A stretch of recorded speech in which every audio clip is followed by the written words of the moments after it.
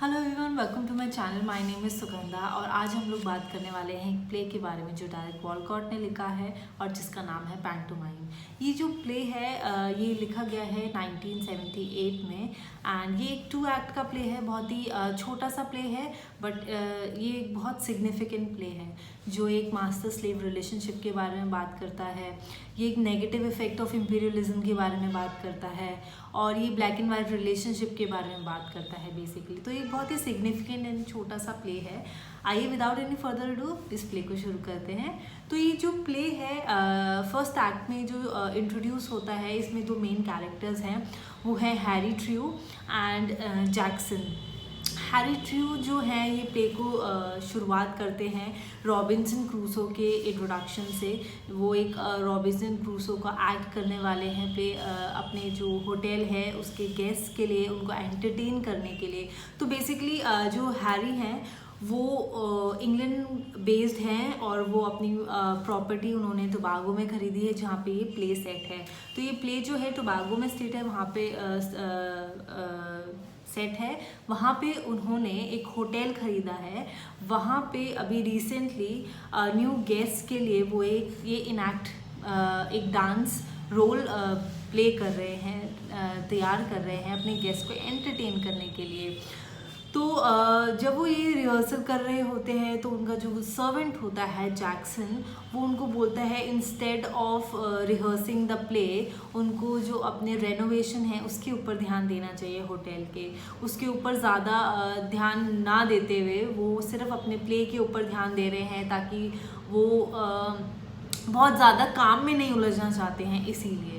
तो ये बहुत ही इंटरेस्टिंग सा प्ले है जिसके बारे में लेटर ऑन जब आप हम लोग आगे पढ़ेंगे तो आपको बहुत ही इंटरेस्टिंग लगेगा। ये शुरुआत होती है कि वो रॉबिन्सन क्रूसो का एक डांस परफॉर्मेंस तैयार कर रहे हैं अपने गेस्ट को एंटरटेन करने के लिए। वहीं पे जैक्सन जो हैं वो उनके सर्वेंट हैं और वो उनको रिमाइंड कराते रहते हैं कि क्या उनके लिए प्रायोरिटी होना चाहिए। लेकिन जो हैरी हैं वो बहुत ही लाइट माइंडेड हैं, उनको चाहिए कि वो बहुत ज़्यादा ड्यूटीज़ में इन्वॉल्व नहीं होना चाहते हैं। तो वो बोलते हैं कि लेट्स रिहर्स दिस प्ले। तो वो जो है इंटरेस्टिंग बनाने के लिए जो है जैक्सन को रोल रिवर्सल के लिए मना लेते हैं। लेकिन जैक्सन जो है उसको पता होता है कि रोल रिवर्सल का क्या इम्पैक्ट हो सकता है, क्योंकि ये जो एक्ट है वो सिर्फ एंटरटेनमेंट पर्पस के लिए करना चाहते हैं। लेकिन अगर वो रोल रिवर्सल कर देंगे, रॉबिन्सन क्रूसो का जो रोल है वो रिवर्स कर देंगे, फ्राइडे का रोल जो है वो हैरी करेंगे और जो मास्टर का रोल है वो जैक्सन करेंगे। तो ऐसे अगर रोल रिवर्स हो जाता है तो ये प्ले जो है वो बहुत ही सीरियस टर्न कर लेगा। तो इसीलिए वो जानते हैं लेकिन फिर भी वो रिफ्यूज़ नहीं कर पाते हैं। तो वो क्या करते हैं, जैक्सन जो है वो इनैक्ट करने लगते हैं रॉबिन्सन क्रूसो को एज अ टायरेंट लीडर, और जो अपनी लैंग्वेज, अपना कल्चर जो है वो फ्राइडे के ऊपर इम्पोज कर रहे हैं ज़बरदस्ती। तो बहुत ही स्मार्टली बहुत ही नेगेटिव इम्पीरियलिज्म के इफ़ेक्ट्स दिखाते हैं और मास्टर स्लेव का रिलेशनशिप भी दिखाते हैं कि कैसा होना चाहिए और कैसा रहा है, यूजुअली कैसा होता है।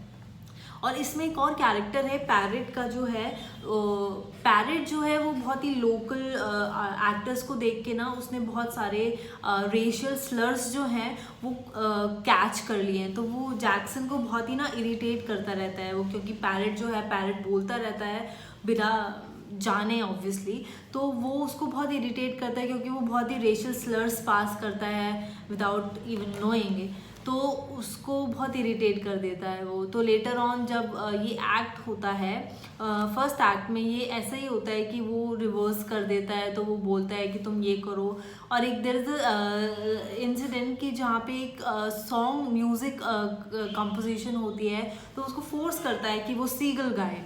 जो हैरी है उसको फोर्स करता है कि वो सीगल गाए और वो उससे बहुत ही ह्यूमिलिएट फील करता है। वो बोलता है कि I am not doing it any more, मेरे को नहीं करना है, क्योंकि he is not comfortable.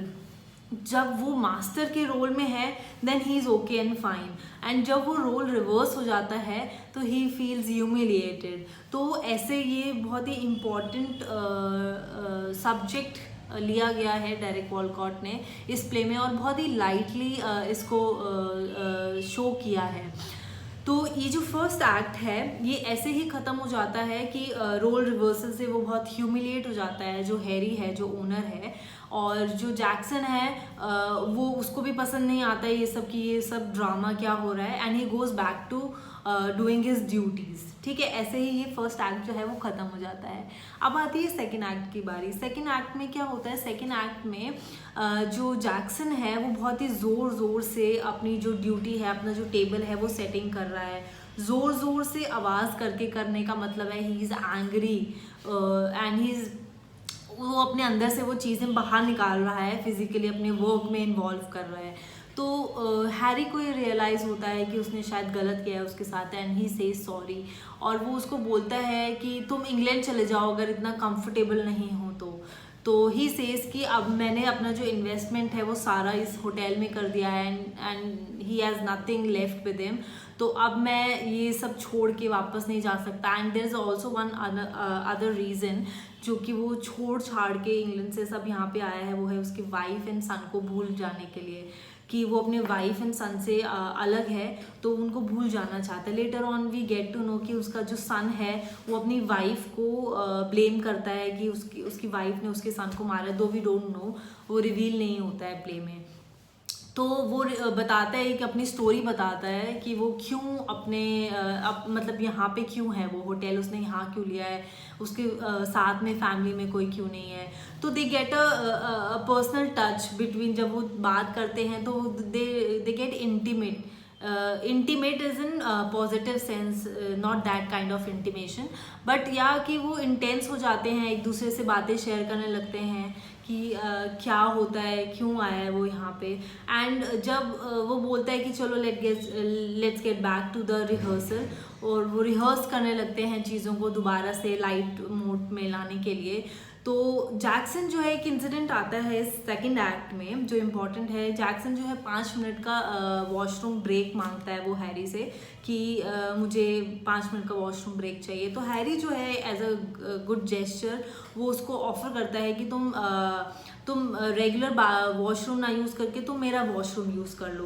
But then he denies, जो जैक्सन जो है वो क्लास कॉन्फ्लिक्ट्स को जानता है, वो डिफरेंस को जानता है, तो वो ही डिनाइज कि मुझे नहीं जाना है, because there should be, he says that there should be a line between master and slave. तो वो कंफर्टेबल नहीं है उसका वॉशरूम यूज़ करने के लिए। एंड जब वो there is also one incident, जब वो वॉशरूम से वापस आ रहा होता है तो जो पैरेट है वहाँ पे वो बहुत ही अनोइंगली वो रेशियल स्लर्स पास करता है, तो वो उसको मार देता है वहाँ पे उस पैरेट को। तो जो पैरेट है वो बहुत ही सिग्निफिकेंट है, क्योंकि जो कॉलोनाइजर्स थे वो भी, उनका जो स्लैंग होता था, जो ब्लैक्स होते थे या जो कैप्टिव होते थे, जो स्लेवरी करते थे, वो बहुत ही अननोइंगली उनका जो स्लैंग है वो ले लेते थे विदाउट इवन नोइंग कि इसका इम्पैक्ट क्या पड़ेगा या ये हमारे लिए ही यूज़ हो रहा है। तो वो वहाँ पे पैरेट का एक सिग्निफिकेंस है, तो वो उसको मार देता है। लेटर ऑन वो अपना मूड को चीयर अप करने के लिए जो हैरी है वो अपनी वाइफ के नाम पे एक टोस्ट करता है, और जो कि जैक्सन को बहुत वियर्ड लगता है कि बिकॉज उसकी वाइफ वहाँ पे नहीं है। तो वो बोलता है कि टेक आउट हर फोटोग्राफ, तो और वो फोटोग्राफ उसके फेस पे लगा लेता है एज अ मास्क, और बोलता है कि अपने जो पास्ट है उसको कन्फ्रंट करो, जो भी तुम कहना चाहते हो, what ever you have in your heart, वो उसको बाहर लेकर आओ और अपनी वाइफ से कन्फ्रंट करो। वैसे फेस पे उसके फोटोग्राफ रख देता है। तो वो बातें निकालने लगता है कि वो जो रॉबिन्सन क्रूसो का जो ये जो कर रहा है, एक्ट कर रहा है, वो सिर्फ अपनी वाइफ से वो एनवी फील करता है because she is a popular actress, और इसीलिए वो ये एक्ट करना चाहता है अपने आप को एक पॉपुलैरिटी देने के लिए, अपने आप को प्रूफ करने के लिए। और लेटर इसी पीरियड में हमें पता चलता है कि वो अपने वाइफ को भी ब्लेम करता है कि उसकी वजह से ही उसका जो बेबी है वो मर गया था।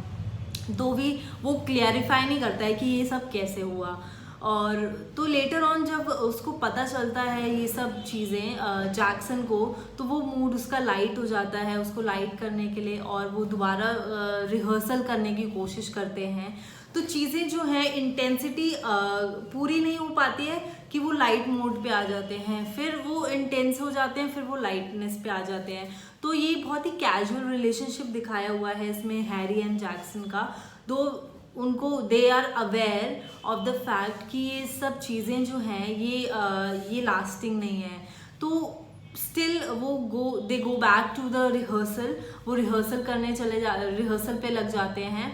एंड जैक्सन जो है लेटर ऑन उसको रियलाइज़ होता है कि वो अपने मास्टर को इसको छोड़ना नहीं चाहता है, और वो अपने पे रेस के लिए भी बोल देता है कि मेरी तनख्वाह बढ़ाओ भाई। ऐसे ही जो एक्ट है ये ख़त्म हो जाता है। ये बहुत ही इम्पॉर्टेंट एक्ट इसीलिए है क्योंकि ये later modern post modern period में लिखा गया है, और ये इसीलिए भी इम्पॉर्टेंट है क्योंकि ये बहुत ही नेचुरली चीज़ों को, जो रिलेशनशिप है पोस्ट इम्पीरियलिज्म जो फेज़ है उसके बारे में बात करता है। I hope you like it, and if you do then please do like, share and subscribe to my channel. See you soon.